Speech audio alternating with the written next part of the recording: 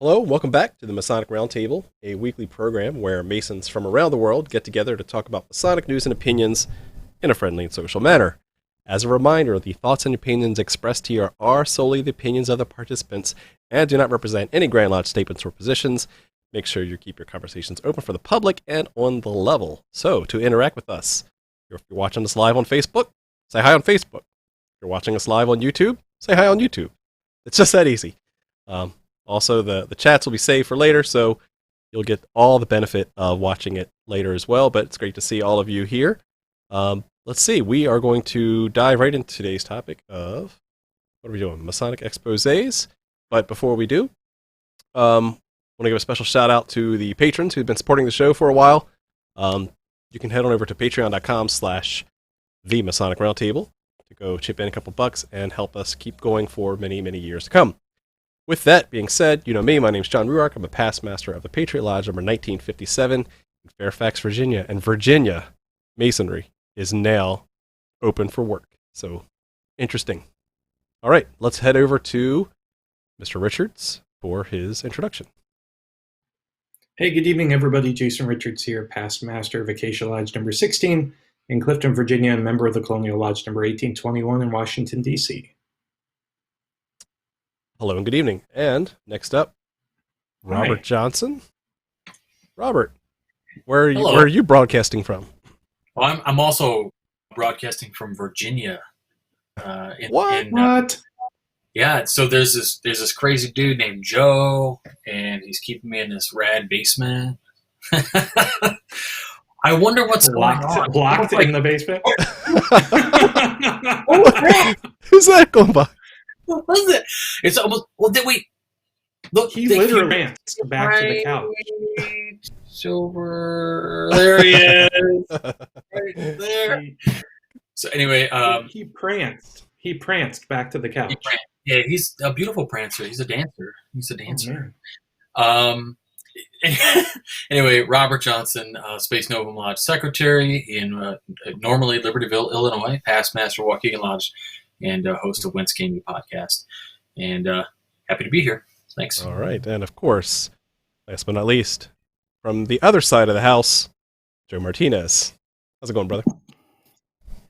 Good evening, brethren. How are you? Joe Martinez, member of Manassas Lodge in Manassas, Virginia, home of Esotericon, and which is in a couple of days. Also a member of Benjamin B. French Lodge number 15 in the District of Columbia, and about 90 other things. And thank you so much for having me tonight. Yeah, this is fun, and of course, I mean, we'll plug it later, but Esotericon, man, it's here. It's the second ever Esotericon, and it's the first ever virtual Esotericon. You want to talk a little bit about that? Because that's only a couple of days away. It's the second annual Esotericon, Mid-Atlantic Esotericon, but it is the inaugural virtual Mid-Atlantic Esotericon.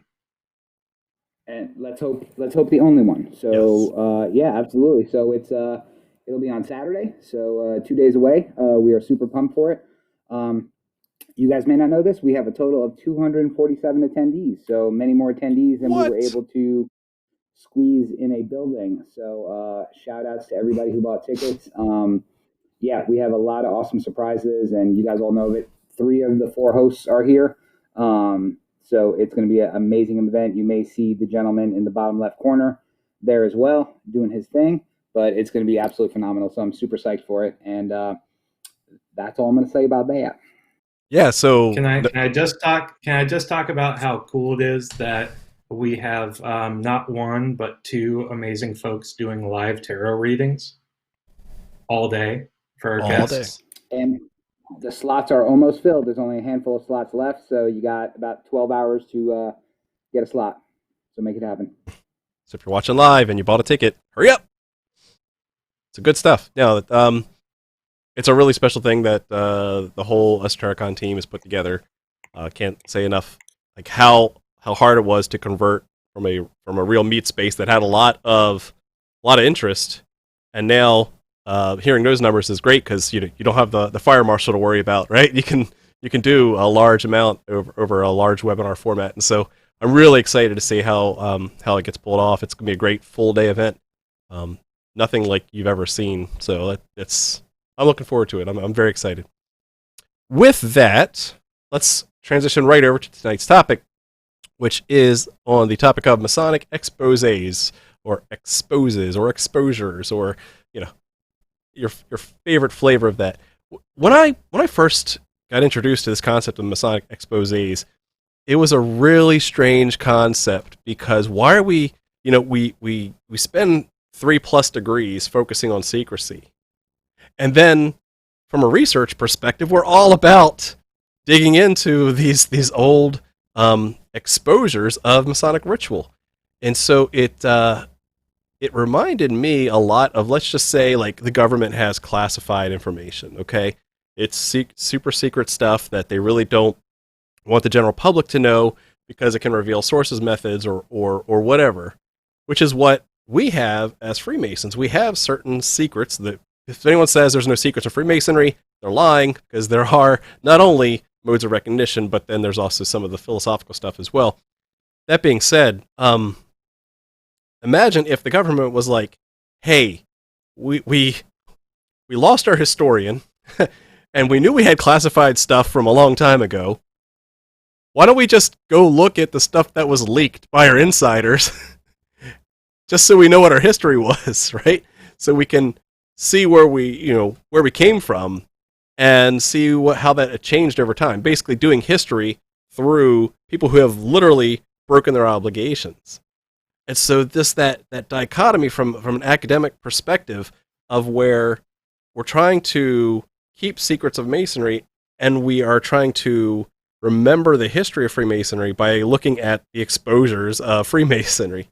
What are your thoughts on that? I mean, it's just an amazing dichotomy that we have, and I don't think it really belongs in any other institution. So it's interesting, taking the standpoint of a Masonic historian, because I just gave a lecture to the Grand Lodge of Georgia, the country, not the state, on Wednesday, and started talking about just how little we actually know about how Freemasonry began, and how little we know about what the rituals actually looked like even 300 years ago at the founding of the premier Grand Lodge of England. And the one thing I brought up is, it's really interesting, because the only way we know what Freemasons practiced back 300 years ago is through these exposures and these exposés. So as a historian, it's a fantastic look into the foundational, formational ritual of the premier Grand Lodge of England. As a Mason, you're like, but why did they write that down and publish it for everybody? RJ, so I'm Joe, I'm what are your thankful. thoughts? I'm thankful that we have them, but at the same time, I'm kind of like, It's a hard thing, right? Because, like you said, we take an oath not to do this stuff, but then they exist or whatever, and we pretty much excommunicate anybody who's done these kinds of things, and yet what is so amazing is we've cast so much shade on these dudes over time, and we've really just talked trash on them. But in the long run, when we read these exposés, everybody wants to call anybody who uses these texts like irregular or clandestine. But look at a percentage of accuracy of what it says in those books. And then for those jurisdictions who have a real printed manual available to the members, right? So I understand in some states, you still don't have this ability to pull the official manual out, right? Like at Grand Lodge, you have to argue with some dude at your lodge, and you probably are both wrong. Okay, so that considered, if you were able to compare them, you would find that it's literally like verbatim. So you cannot cast shade on these guys who wrote these books and say, well, they weren't real Masons. Well, I mean, you'll hear it tonight. I mean, the argument is overwhelming. If these dudes were Masons, they had a later disagreement, perhaps, or an axe to grind, or maybe they just were like, I don't think that this should be secret.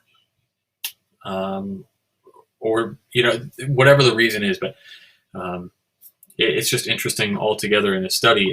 And like Jason says, it gives us a clue to what it was like then, which is just mind-blowing, fascinating in itself. It's very hard to trace changes in an oral tradition. It's impossible almost to trace changes to an oral tradition unless at certain points in time those oral traditions were written down and encoded in some sort of script. The Bible. Oh. So on that note, talking about accuracy, John, to your point before, the one I got as a reading assignment, it really is amazing. And this is coming from a non-Mason, right? So mine didn't have to do with a Mason that broke his obligations. It is a third-party outsider, and the level of detail and accuracy is breathtaking. And some of the comments he made about the craft, which we'll get into when it's my turn, are actually quite astounding and not something you would think you would find inside of a Masonic Exposé.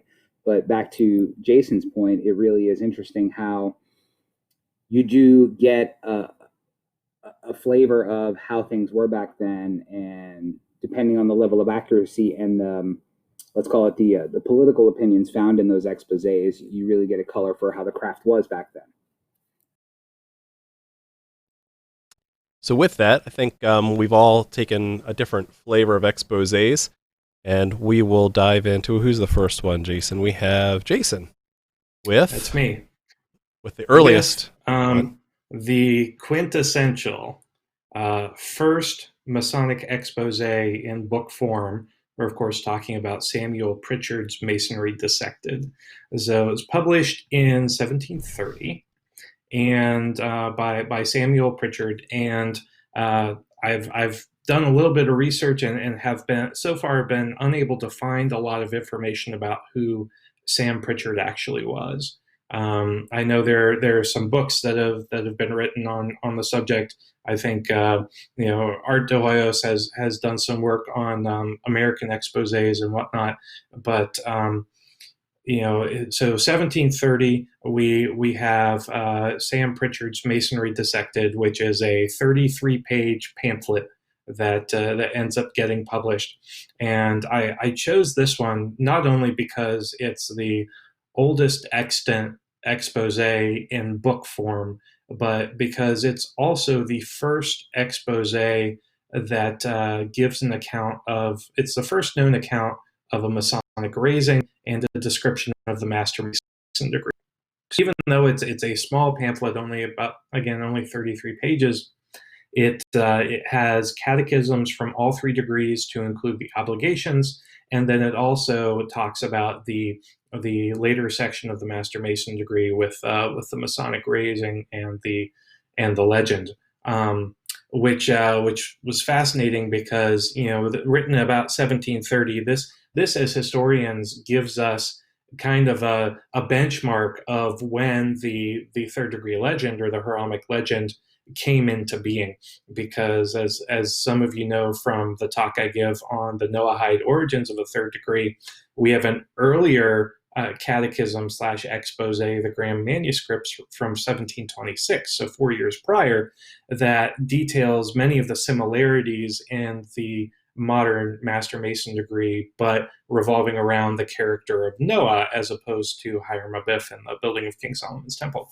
So this was foundational and kind of earth-shattering because this was the first account of a Masonic raising with Desaguliers' Heramic legend that he and other folks had cobbled together, we believe, in the 1720s. So it's an interesting pamphlet. It actually opens with 2 comments from Pritchard himself, and it's rather interesting because he opens with, first and foremost, an oath saying that everything is true. So Samuel Pritchard maketh oath that the copy hereunto annexed is a true and genuine copy in every particular. So he immediately comes off the bat and attempts to solidify his credibility by saying, on my honor, everything in here is true. Of course, as Masons, we're like, yes, on our honors, we won't write down Masonic secrets. But anyway, he refers to himself as a member of a constituted lodge in London. Again, I don't know what the validity of that claim was.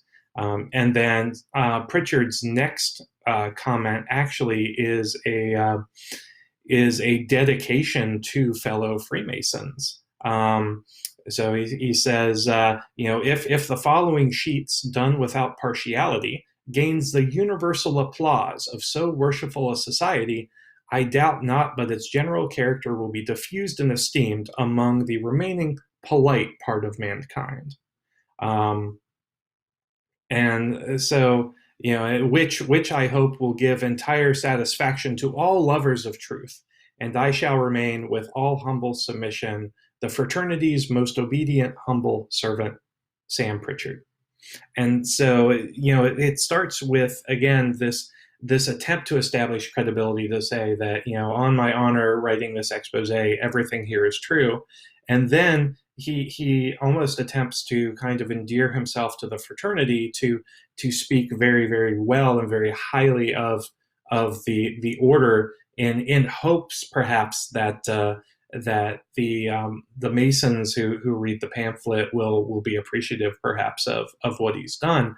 But again, we don't believe that this pamphlet was written for Freemasons. We believe it was actually written to be published to a wider audience, to cast light on the forms and ceremonies of Freemasonry. Another really interesting part of Masonry Dissected is the response from the Premier Grand Lodge of England, and that came in some of the minute books of the Premier Grand Lodge of England in their proceedings of 15 December 1730, where the Grand Lodge of England made a statement essentially saying that Pritchard's text is not genuine and that lodges should be on their guard for impostors. No brother was to be admitted to a lodge in England who wasn't known by at least one other brother present. So you can already see from the reaction of the Premier Grand Lodge of England that Pritchard's expose and others that were written like it about that time had an immediate indelible impact on the fraternity, because they became very, very concerned with imposters who were just reading it off, picking it up off the street and reading it and trying to gain entrance into the lodges. And due to this, we do have record that the Grand Lodge, the Premier Grand Lodge of England, actually changed parts of some of its ceremonies. And it has been suggested that the changes that the Grand Lodge made to their ceremonies and their initiation rites may have had something to do with the split in the split between the ancients and the moderns that led to the splitting of the Premier Grand Lodge. So it's really, really interesting to think that while Pritchard may have had the noblest of intentions for his expose, that it may have inevitably caused a huge schism in UK Freemasonry that would only be repaired like 80 years later in 1813. So that's why I chose that particular expose, just because it has, it's so many firsts, and it's really interesting to see the fraternity's almost knee-jerk reaction to just having their secrets exposed for the first time ever. I grew up in Masonry with Duncan's Ritual and Monitor, and people saying, oh, you can find all this stuff out on the internet. But back in the 1730s, this had never been done before.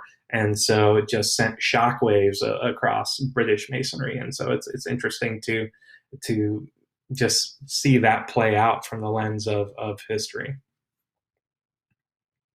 That's fascinating. What impact do you think that guys, from this question for the rest of the guys, has had on Freemasonry in general, or any other questions you had for Jason based on his research?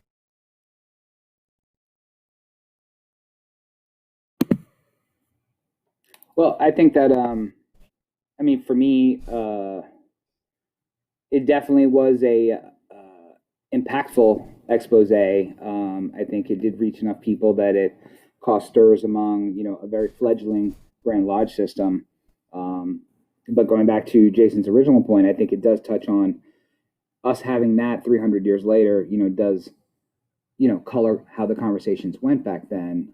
Whereas in most places, all we would have is meeting minutes and things like that to refer to, and not the essence of what was, contained therein. And it's interesting too, if you read through Masonry Dissected, you'll see a couple things that are different and a couple things that aren't quite right. Like, some words might be switched around and things of that nature. And scholars actually believe that those things that were different in Masonry Dissected were those things that the Premier Grand Lodge of England actually changed as part of their ceremonies. So they were accurate at the time of writing. Is that what I'm hearing? Yes. And then yes, okay. Like there were the order of certain passwords that were like flipped around and things like that. So scholars do believe that it was more or less very accurate at the time of writing, but then the Grand Lodge, in response to that, and trying to keep off counts and eavesdroppers and imposters, switched some things around so that the brethren who were actually in the fraternity would be in the know. And if somebody off the street came in and said, well, I'm a Mason and here's why, they can be like, no, you read that in an expose, get out. Interesting. Very cool. All right, so thanks. If we think of anything, we'll come back to you. But I wanted to move on to the next one, which actually, that's a good segue into the expose that I dove into this week, which is called The Secrets of the Freemasons as Revealed by a Disgusted Brother. So what had to be so bad that this disgusted brother would expose all the secrets of Freemasonry? Well, I'm not sure, because as we read into it, we'll find out it's not like any other expose, except one that really gives us a clue into what the author was revealing. So this is dated in 1759, but when we fast forward at least through the spring of 1881, we know it's obscure by then, because we do find reference to it in a Masonic publication called the Masonic Magazine, a monthly digest of Freemasonry and all its branches. We're looking at the May 1881 edition, where this expose is clipped and posted into this magazine. And even the author, a Masonic student, says, it's interesting, I found this book in a secondhand bookstore in London, and I'm trying to find where it's referenced by any other exposés, and I can't find any reference to this expose called The Secrets of the Freemasons Revealed by a Disgusted Brother. It's a short expose, and when you dive into it, if you're familiar with Freemasonry at all, you instantly become a little skeptical, or at least a little confused. The themes of this expose go into the fact that, it starts off with, Masons go back as far back as Noah and his sons, and it has to do with, the operative Freemasonry and how it applies to speculative. But then it starts to articulate specifically how architecture and geometry plays not just a role, a critical role in the progression of the craft degrees. In fact, that there are several orders of architecture, like the orders of architecture that we're familiar with. Those 5 actually are like advancements in Freemasonry, and that, of course, like every good past master, the higher you are, the more you look down on everyone who's a lower rank than you. But wait, there's more. He states that not only is like knowledge of operative geometry important, it's a prerequisite. That it's assumed that the brothers entering the lodge knows all about like geometry and parallel lines and all that. And if they aren't, they will be instructed to know how to use those. So those become almost like passwords, right? That you have to know how to draw perpendicular lines, parallel lines. You have to know operative geometry and masonry in order to gain admittance to the lodge. And even, this even comes about when he says, oh, how do you visit other lodges? Oh, well, they're going to quiz you on geometry. Sounds interesting. They want to know, he says, if he is not knowledgeable of geometry, this little quote, he's immediately instructed therein. They will teach him to draw parallel lines, to raise and let fall perpendiculars, and to make angles right, obtuse, and acute. And then basically finding him worthy, they'll let him in the lodge. Oh, but wait, there's more. They also go into, well, let's talk about the signs of Freemasonry, that Masons have to have their little signs so they can let other Masons know that they are a Mason, right? That is something that you get entrusted with as a secret of the degree. So how many signs are there? If you guess 7, you'd be correct, because why 7? I don't know. And it's a sacred number. Obviously, it's totally sacred esoteric. Number denoting completion. Yes, my man. So you go into read some of these signs, and it's just so weird. It's like, oh, you like stick your hand in your front pocket, and you like you stick the thumb at one way for 1 degree, and then another way for another degree. And that's how it's, because it's supposed to look like a common thing that a person would do, is put their hands in their pockets. But there's 7 of them altogether, and totally is one sticking out your palm in as you would request a lapel pin? No, that's for Virginia. So let's see so they have 7 signs, like 1 for each day of the week. So, for example, the second or Monday sign is the left hand in the left side breeches pocket with the thumb out and pointing to the right side. The third or Tuesday sign is the right hand in the right side waistcoat pocket with a thumb out and extending toward the left side. The fourth or Wednesday sign is the left hand in the left side waistcoat pocket with the thumb out and extending toward the right side. So it's really strange how they have these all laid out. But it gets better. What if you're not wearing a waistcoat? But who would not wear a waistcoat back in the 1700s, right? Okay, so we've got 7 signs where you're in all sorts of pocket holding abilities. Now, we have signs in Masonry so that we can recognize brothers as being entrusted to the secrets of that degree. Okay, so there's 7 signs. If I want to recognize a brother, there's a protocol for that. It gets weirder. So let's just say, you can't just flash a gang sign over to a suspected fellow Mason. What you do, in fact, is, let's see, if you think someone might be a Mason in public, what you do is, because there's 7 signs, 1 for each day of the week, you have to start with today's sign. So if we're Thursday, we use Thursday's sign, and you hope that they see Thursday's sign.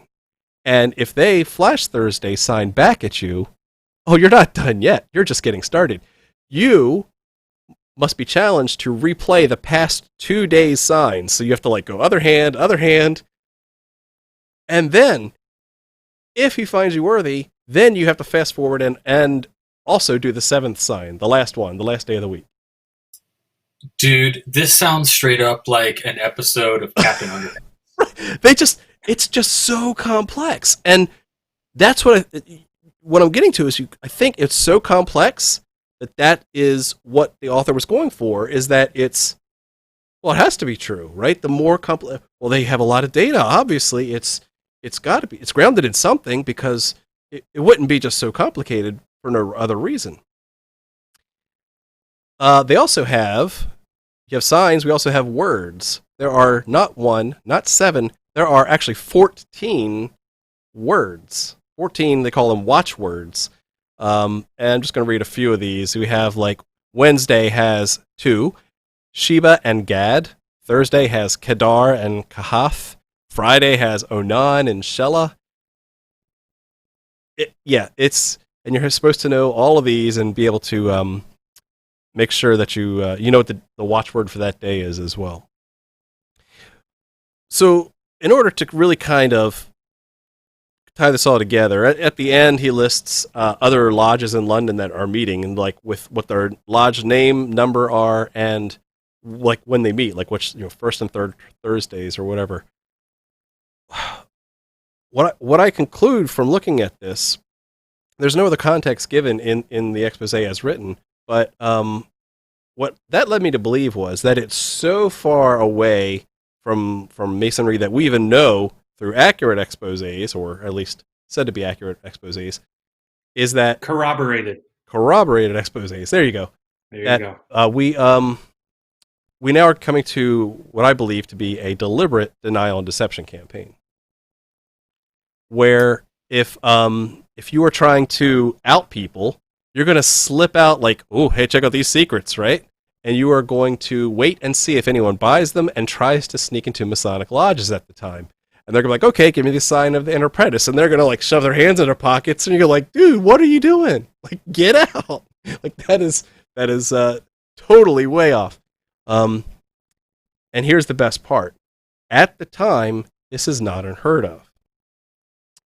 If you have ever seen Brent Morris speak, or you can just search for his paper called The Postboy Sham Exposure of 1723. So again, we know that The Secrets of Freemasons, as revealed by a disgusted brother, was published in 1759. About 20 some odd years before that, the Postboy Sham Exposure was documented as an expose in a newspaper called The Postboy, with deliberate words mixed up. Brent Morris concludes that this was an actual denial and deception campaign to try to catch people in there. So we know of at least one that happened 20 some odd years earlier. Now we have yet another that's even more complex.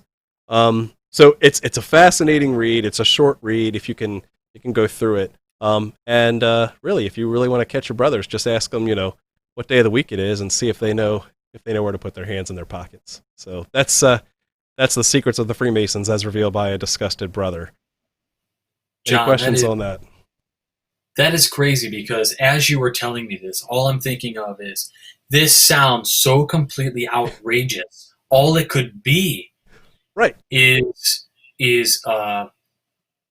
control. Like, let's re-grab control. Somebody published our stuff. Let's get the real secrets out there. Right. Let's increase them by throwing the word disgusted, because, I mean, right. that's a harsh word for in the era that this published, right? Mm-hmm. It just sounds. I totally buy in. I think it's totally deliberate. Yep. So it almost, the use of that emotionally charged word almost lends credibility to the manuscript, because they're like, oh, it's sensationalism. This guy got screwed over. He's got an axe to grind. Of course, he's just trying to stick it to Freemasonry, and that's why all of this is true. It's like if BuzzFeed posted Masonic Exposés. You won't believe what sign number 3 is. Well, and where I think they got it wrong was, so this is one particular expose, and there's no corroborating information. Correct. So, no other ritual we can find has anything similar to it. So if they wanted to do a truly efficient and successful D&D campaign, what you would have done is you would have taken other exposés, maybe a mix of the Postboy Sham with Masonry Dissected, and any of like the 20 other exposés that were written in the 1730s and 40s, and taken little bits of those and interspersed them with key pieces that were wrong.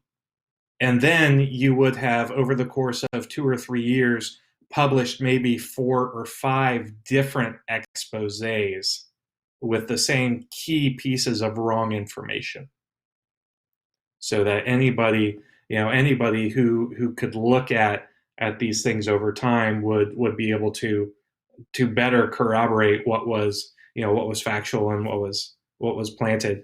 That said, of course, this was the 1700s. People didn't have the wonders of the internet and probably didn't have access to all of those exposés. So it was probably quite effective, at least for the first 6 months or so.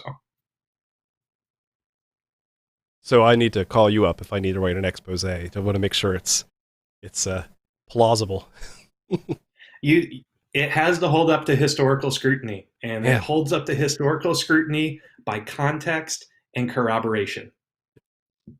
All right, so who do we have next? Next, we have Brother Joe Martinez. All right, Joe. Which expose do you have? I thought I was just eye candy tonight, but apparently I will do some work. So I have an expose written by, it's called The Manual of Freemasonry by Richard Carlisle. Let me tell you, first I want to say thank you, Jason, for giving this to me as homework. This was truly amazing. At the last minute. And also reading and also reading about Richard Carlisle and his life, because I didn't know much about him. And there's a couple of parts that in the Manual of Freemasonry that I found so inspiring that I'm actually going to read them. But the thing with so let's start with who Richard Carlisle was. He was basically an English radical and political activist. He was of the vein of Thomas Paine, and everybody knows who he is. And he was into free speech and free press, hated the church, and we're talking about the Church of England at the time. Absolutely despised them, especially organized religion that was so intertwined in government. So the short story on him was he owned a paper or a journal at the time called The Republican, and he was one of the first people to print and mass produce Thomas Paine's Age of Reason. And anybody who knows anything about the Enlightenment knows what that book is about.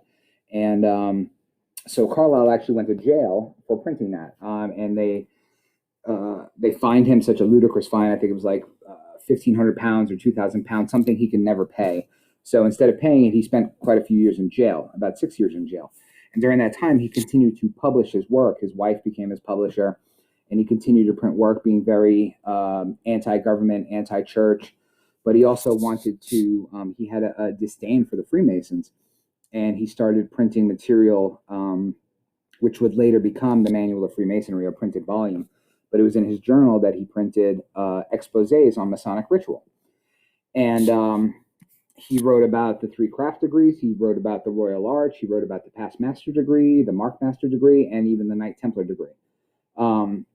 They were very, very good selling publications, and they were contained within this journal. And again, he wrote them all in prison. So he had a very Pauline feel to him. But he finally gets out. By the way, Joe, not to interrupt. And I think you actually just hit that when I interrupted you. But we've made the jump now from 1759 all the way up to 1825. So by this time, the Royal Arch was a regular occurrence of Freemasonry and was being worked, which is why at the turn of the 1800s, you're actually seeing the Royal Arch included more and more in exposés. Back to you. Absolutely. No, thank you. And actually the Knight Templar degrees, which were relatively new at the time as well. So plus those other degrees that they practice in England as well. But no, fantastic point. And so long story short, he, again, started out writing exposés, very, very detailed and very accurate exposés on Masonic ritual. I mean, they were to the T. When all is said and done, they were actually almost word perfect emulation ritual. That's a ritual that's practiced in the UK, for those who don't know. Still practiced to this day, almost word perfect emulation ritual for the 3 craft degrees. And I can't speak so intelligently about the other degrees that he spoke about, but put them all in a complete volume in, I believe it was the early 1830s, 1831, I think it was. And again, in the 1840s, the volume I have was from 1845. Bound them all in a printed volume. And again, it was a really good seller. And the funny part is the majority of people who purchased it were Freemasons. And And Interesting. Indeed. And this actually led, it actually led to the acceptance of having Masonic ritual published for people to keep in their lodges. So the Manual of Freemasonry started to show up in Masonic lodges, and people were using it to learn ritual. Again, a book that was meant to expose Freemasons was actually used by Freemasons themselves to actually practice ritual and get it correct. So it was truly inspiring how accurate it was and how much Freemasons wanted to read it. So much so that it actually kept getting published as the correct ritual until the turn of the 20th century, when they started to change things a little bit. But it was actually word perfect ritual for over 100 years. So again, we have this person who wanted to crack open the secrets of Freemasonry. He hated organized religion. He hated government. He was a political activist. The one thing that I found most interesting, and this is why I'm saying thank you, Jason, for giving this to me, was that when he was printing the exposés in his journal, The Republican, he actually would intersperse negative commentary about the craft. But by the time he started to put it all together into a bound volume in the 1830s and 1840s, a lot of that actually changed, and his opinion of Freemasonry changed to the point where it didn't become so much an expose to reveal the secrets of the craft to everyone. It became, what he wanted was an instruction manual for how to actually be a good Freemason. And if I could, if you can indulge me for 2 seconds, there's a couple of lines in the actual book that I wanted to read. And again, this was in the printed volume in the 1830s and 40s, not in his original exposés in the journal or magazine. But this is what he writes in his book. So he writes, to follow the ritual and routine of all the degrees, to have the language in memory, and to be able from memory to practice all its required steps, positions, grips, or motions, just amounts to nothing at all in the making of a true Mason. And then he goes on to complain about the church and the Bible. And then he says, that character is formed by the acquisition of all possible knowledge, with the benevolent desire of extending it among the whole human race, that recognizes in every man a brother who has need of every other man's goodwill and assistance. I was like, okay, that's weird for an expose. He goes even further. The true meaning of Freemasonry, then, and also of the revelation of the mysteries of Judaism, Christianity, and Masonry, is that man is a creature to be improved by cultivation, that knowledge of things is the source of improvement, and that time is the material to be properly used to that end. So he keeps going. And then he also throws in a big part in the book. I recommend that everybody read it because it's absolutely fascinating. He then poo-poos the idea that the whole operative to speculative, craft beginnings, he says that's all hogwash. And then he goes on to say that a lot of the things that you learn in Freemasonry actually come from a much more ancient place, which blew my mind because, again, this is a quote-unquote expose. So he goes on to say, as to the history of Masonry, I am not now disposed to limit its existence to any time, nor to confine its origin to any place. Knowing and proving that Christianity was known as a mystery before the era called Christian, that Judaism finds no resting place on earth before the time of Alexander of Macedon, except in the conclave of the mysteries, and seeing that the ritual of Masonry is wholly formed from, or as the Bible mystery, I can readily believe that Masonry has truly emanated from the ancient mysteries of Egypt and other countries. So, that being said, we started off with someone who wanted to expose the secrets of Freemasonry and actually finished his life. He died a couple of years after his 1841 publishing, saying that you guys are doing Masonry wrong and here's the right way to do it. And also here's some awesome ritual that's word perfect, so keep it and don't screw it up. So that really was a game changer for me in terms of the topic of Masonic Exposés, because you have someone, not a Mason, never became a Mason, he wasn't an excommunicated Mason, who really, by dissecting the ritual, no pun intended, kind of figured out what Masonry should have been about at the time and then put it out there for everyone to see. So I find it truly remarkable. What was the name of that again? That was the Manual of Freemasonry by Richard Carlisle. And so that brings us to another big point another big issue with oral traditions. It's like I've spent some time studying these or something, but you have, without having something written down, you have no idea how the tradition has changed. And also, without having something written down, you don't have any standardization. So ostensibly, one of the reasons why you might have seen Freemasons flocking to this manual of Freemasonry by Richard Carlisle is that all of a sudden they had a standardized ritual that they could follow, so that they could visit lodges and be on the same playing field with, as far as the ritual is concerned. So if I were to wager a guess as to why that expose was so popular with Freemasons, especially, would be that guess that Freemasons were looking for some sort of standardized ritual so that lodges could interoperate. I'm glad somebody wrote it down, because we're not allowed to. Yeah, no, that's I could not agree more. And again, this is coming from an outsider, which we're supposing that a lot of the exposés were written by disgruntled Freemasons or disgusted Freemasons. But again, what really blew my mind was, and I read through the ritual, and I actually grabbed an emulation ritual, and I was like, oh my God, these are almost exactly the same. And it hasn't changed that much. And but again, just the thought process of how his thought process changed over time to say, you guys are doing Masonry wrong and you suck. And oh, by the way, here's a ritual. That was really awe-inspiring for me. Awesome. Oh, that's so cool. And honestly, like when I pitched the idea for doing a show on Masonic Exposés, I was so much less interested in the exposés themselves and so much more interested, and I didn't tell the rest of the guys this, but I was so much more interested in the context behind the exposés and why they were written. So I'm personally tickled pink that everybody, kind of grabbed the bull by the horns, and except for Robert, because I haven't heard what Robert. Yeah, you're like a historian, Jason. Yeah, I wanted to know the why and the impacts of the exposés, not just the words that were written on the page. Because for me, I've never been enthralled with like reading rituals. I'm like, okay, yeah, this is just okay. Hero's journey, rude enlightened state, catastrophic event, obligation, new covenant with God, next degree. Like they follow a similar format in my vein. So I'm much more interested in what you're supposed to be, changed from. Interesting. All right, so let's move to the last one, Robert. So don't screw it up. These have been the first three have been great.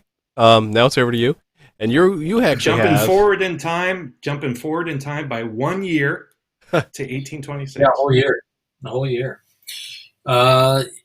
You mentioned this idea of why these exposés come out, and if I'm being totally honest, it really feels like what happens is you've got a group of people who are not who might be Masons, but are really not allowed to publish anything, and so maybe, just maybe, they want to be the next guy who prints a manual and goes from state to state to sell their expose, and well, maybe the craft will think, maybe the right person will see it and not get mad at me, and they'll buy my ritual.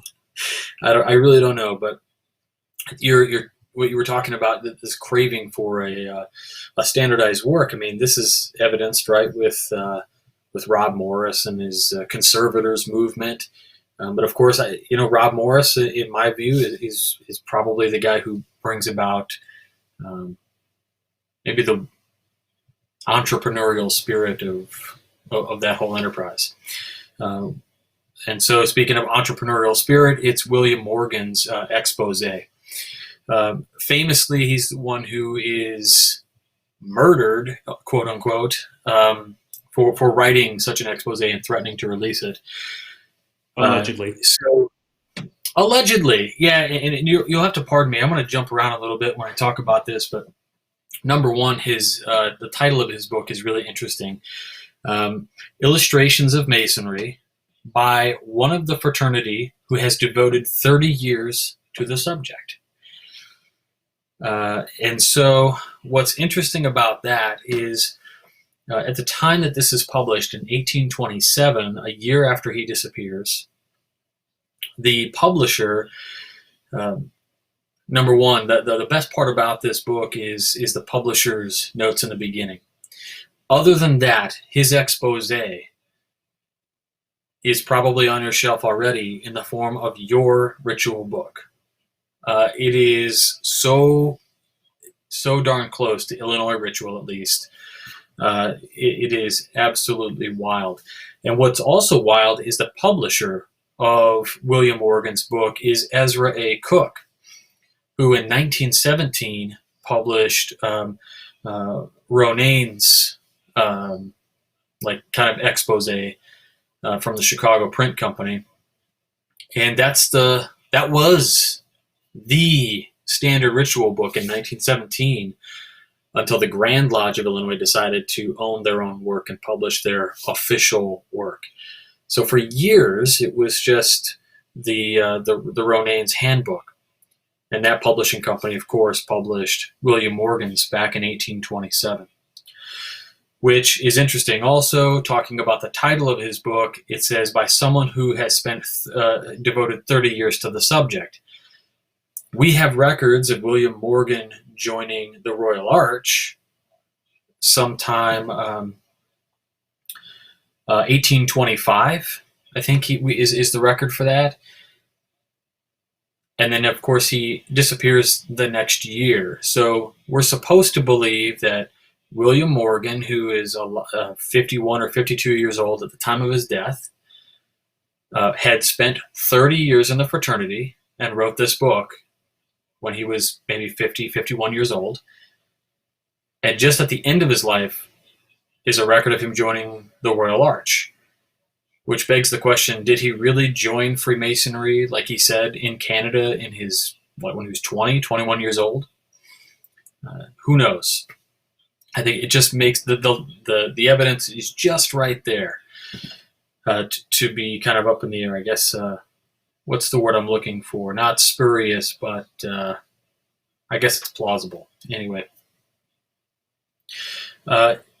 what is interesting also, just really quickly about Morgan's book, is when early people started researching some of the quote-unquote secrets of Freemasonry, like the legend of the lost word, William Morgan's is an expose, and an interesting choice at that, that's often pulled from to look at as a sort of a standard. A really cool book that references this is a book called Inner Workings by Bruce something, Innings, or I can't remember. But he references William Morgan's work quite a bit. And they say that the lost word is really lost, as in we lost it from mouth to ear, and we really had to come up with a substitute. You're but talking I did Bruce want Hunter. Okay. What I do want to read for you, though, are just a couple of the clippings here from this particular text that comes from this Morgan expose, which I found, again, the real value in the expose is in the publisher's notes, in the foreword, essentially. And they make a really good case here, and I want to tell everybody who's listening and watching that I agree with some of this. So keep in mind, this is published in 1827. They say, in the present enlightened state to which society has advanced, 1827, we contend that the opinions and tenets and pretended secrecies of olden times, which is in quotes, handed down to us should be fully, fairly, and freely canvassed, that from the mist and darkness which have hung over them, they should come out before the open light of day and be subject to the rigid test of candid investigation. So just in that portion, what I find interesting is they're saying, let it out there, let investigators really look at this stuff and say if it's true. What do you got to hide? Masons. Then it goes on. These preliminary remarks lead as to the main object of our introduction. We come to lay before the world the claims of an institution which has been sanctioned by ages, venerated by wisdom, exalted for quote-unquote light, but an institution whose benefits have always been overrated and whose continuance is not in the slightest degree necessary. Further, Masonry is of itself naked and worthless. It consists of gleanings from the Holy Scriptures and from the arts and sciences which have shone in the world.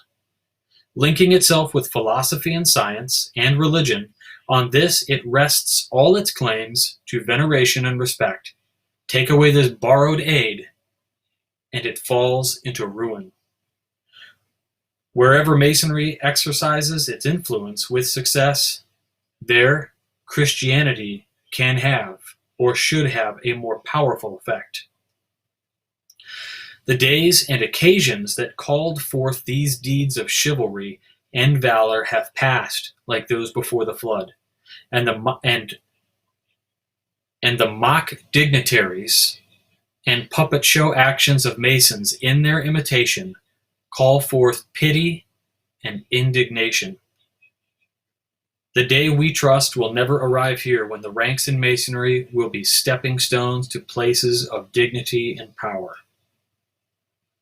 When our book goes out to the world, it will meet with the attacks of a violent nature from one source, and men of mock titles and order will ever endeavor to heap upon it every calumny.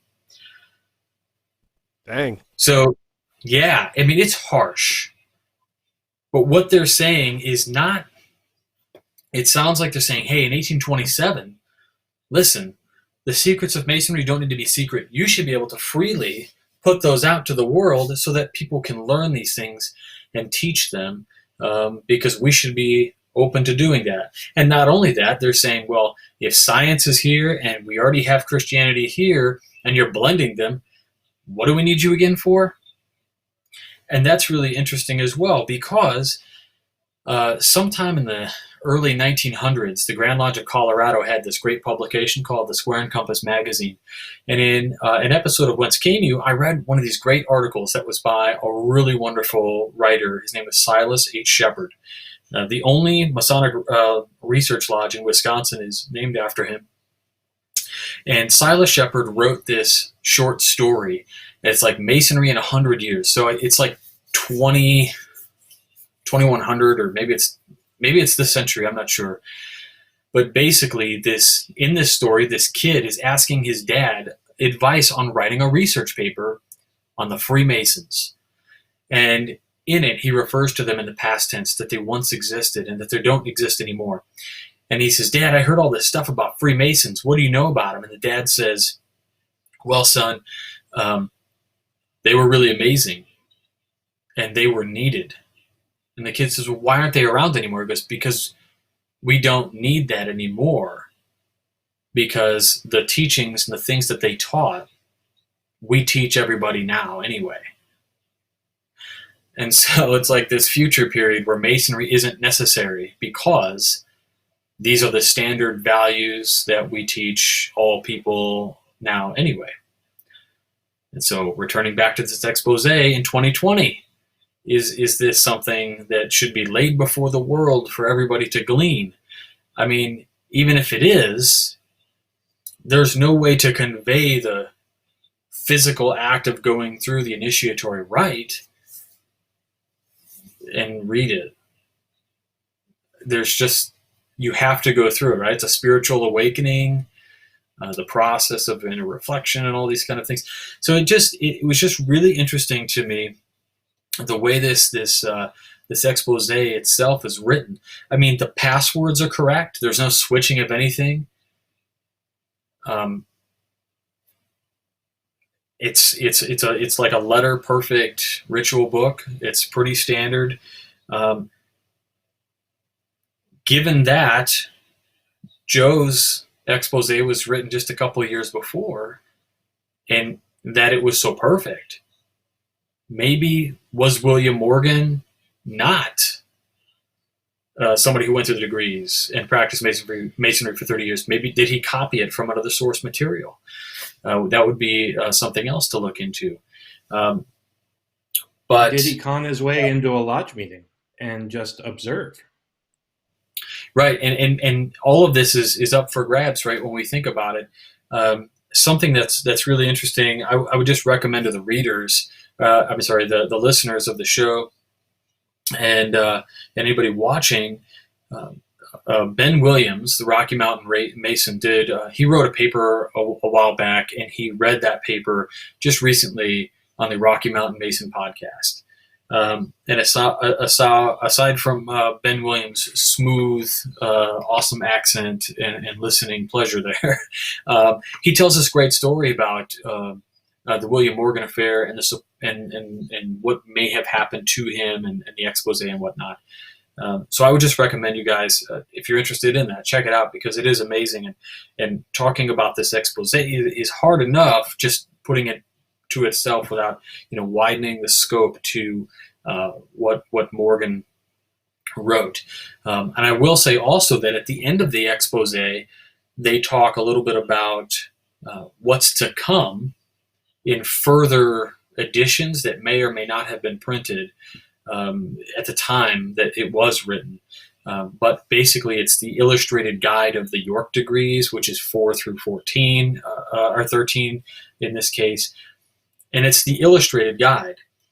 And I owned that book after I went through my York Rite degrees because I could never remember the signs, words, and grips and everything associated with my York Rite degrees. I would literally pull this manual out of my briefcase. I would flip to the page that had the Dewgarden sign for the degree I was on so that I could know what it was before we opened. Like, it was a study guide. just hilarious. I'm glad right? you said briefcase. Thanks. And then when I was actually at the house, Be of the worried temple, there for a second. when I was at the House of the Temple a few years later, I found out that there was this other guide that was the Scottish Rite version, which came in 2 volumes, like 14 to 20 and then 20 to 33. And I read all the degree rituals, just in that guide in both of them. And I came to this really weird thing that makes both the KT degree and the 33rd degree, they're illustrated the exact same way with very few differences. So that same company decides to publish all of this work. And it's just pretty wild. Definitely worth, the $2 or $3 if you got to buy it on Kindle so you can highlight, and clip or whatever. But I really think if you want to look at one of those old rituals, that's probably not the reason to buy the book. The real reason is in the essay that happens before and a little bit after. But all of it is illustrated. The Morgan's expose is illustrated, right? It's got signs, symbols, grips. Although the description of the Master Mason's grip is a little bit different. So Masons, if you go read it, you'll be like, oh yeah, that is a little different. Everybody else, sorry. But it was fun. No, that's Definitely fascinating. Fun. And I'm glad we ended with that one because if people aren't familiar, right? So we'll go right after William Morgan posted the affair, it led to the Morgan affair, right? Which was where he mysteriously vanished in the night and his body may or may not have been found later, which led to an anti-Masonic movement in America, which led to the first ever third political party called the Anti-Masonic Party. Masonic Party. So it was this whole domino effect that lasted decades after William Morgan's death, all because of him publishing this expose. So we've covered bits and pieces of that in other shows, but it's just interesting to end on that one to see what those lasting effects of the exposés are. So in the interest of time... Episode 148. Look at this guy, already at the ready. Episode 148 for the Anti-Masonic Party. There you go. So speaking of Jason, let's head over to you for shameless plugs and final thoughts. Jason.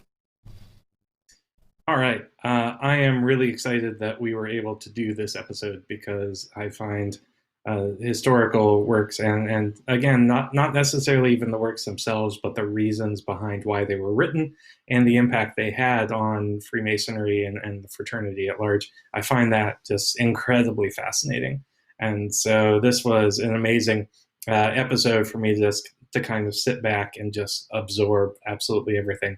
So thanks to everybody for being good sports, because I know this took a good bit of research, but I think it was worth it, and I had a fantastic time. So this week I got to spend some time with the Grand Lodge of Georgia, the country, not the state, on their Semper Audere lecture series. So I was invited to come and give my Noahite lecture on there, and had just a blast with brethren from around the world. So thank you so much to them. It was absolutely fantastic. So if you look up Grand Lodge of Georgia on YouTube, you can actually find the lecture there, and go and check it out. Appreciate it. Awesome. Let's head over to Brother Joe for his final thoughts and a huge shameless plug for something going on this Saturday. Helps if I unmute my mic. Yeah, thank you so much for having me. Guys, this was a treat. Always love being on. I expect a thank you from Robert for using my office, because I'm out in the kids' playroom and it kind of stinks here. So, this weekend, again, the Mid-Atlantic Esotericon, the first ever virtual one, will be going on. Lots of awesome guests and surprises, and just an all-around fun time, tarot readings, as much esotericism as you can stomach for one day. So other shameless plug is if you love Masonic education and you love online education, because you still can't meet, check out pretty much every single one of these guys on Refracted Light. It's a Facebook group where things like the Grand Lodge of Georgia and the great stuff that the guys in California are doing, North Carolina, a whole bunch of other states and jurisdictions are coming together to provide online education to the masses during this coronavirus pandemic. So check that out. It's called Refracted Light. It is on Facebook. And again, always thankful to be on the show. And thank you so much. Thanks, Joe. All right, let's head over to RJ in Joe's office.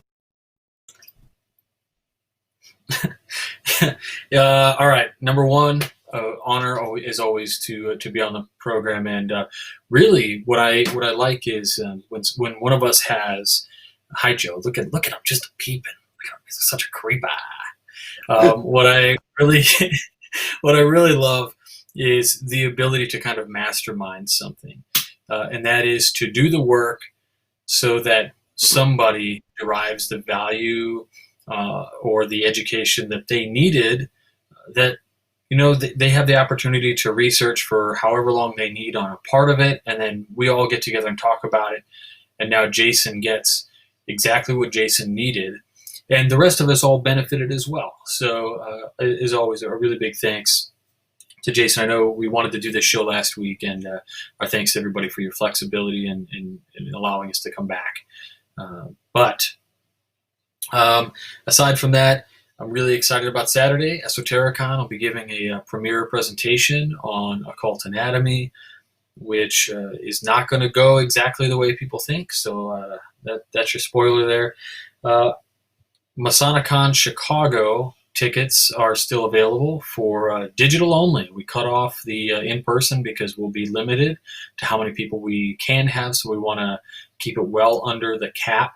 All of our presenters are mostly still flying in, and so for anybody else, you want a digital ticket, we are selling a digital executive pass. So that will be really fun. And yes, thank you to Joe for allowing me to use his awesome office here.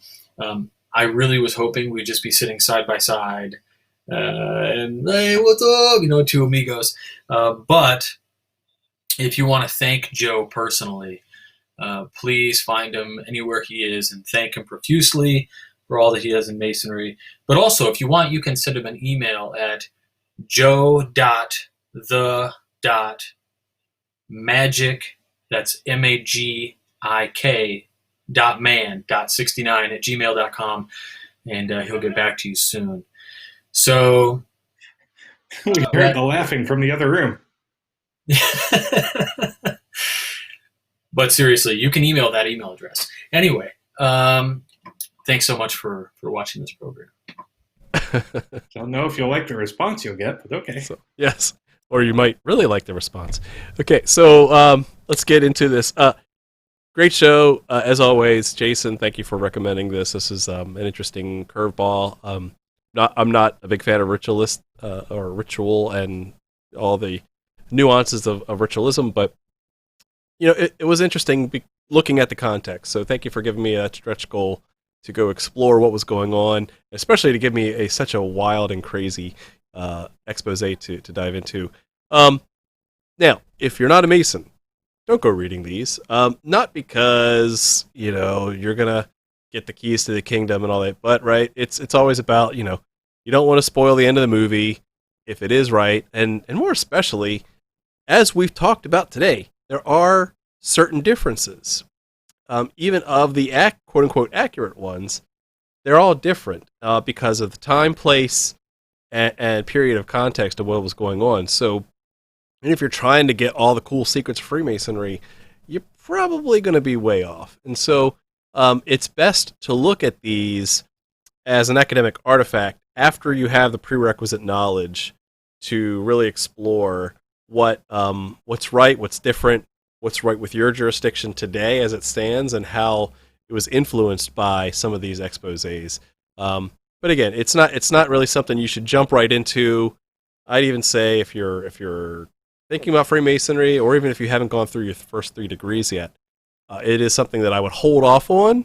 Once you get I tell kind of my candidates that go through, wait until you get your 3rd degree, then go nuts, right? Because now you have a foundational grounding knowledge of what your jurisdiction, how it's established, and what rules, regulations, words, signs, scripts, language, and ritual that base your further future Masonic knowledge on.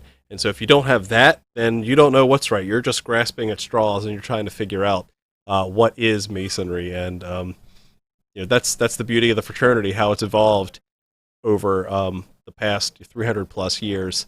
But there are no innovations in Masonry. So with that, let's see, shameless plugs. Yeah, Esotericon, go check that out. If you haven't signed up, well, sign up right now, because there's a lot of good stuff coming. And I'm just really proud of Joe and the boys for setting up such a really good event. So that'll be fun, and hopefully that'll be emulated, copied for many other Masonic events to come. That's all I've got. I hope to see you all next week. Thank you all very much for watching, and keep searching for more light. Have a good night.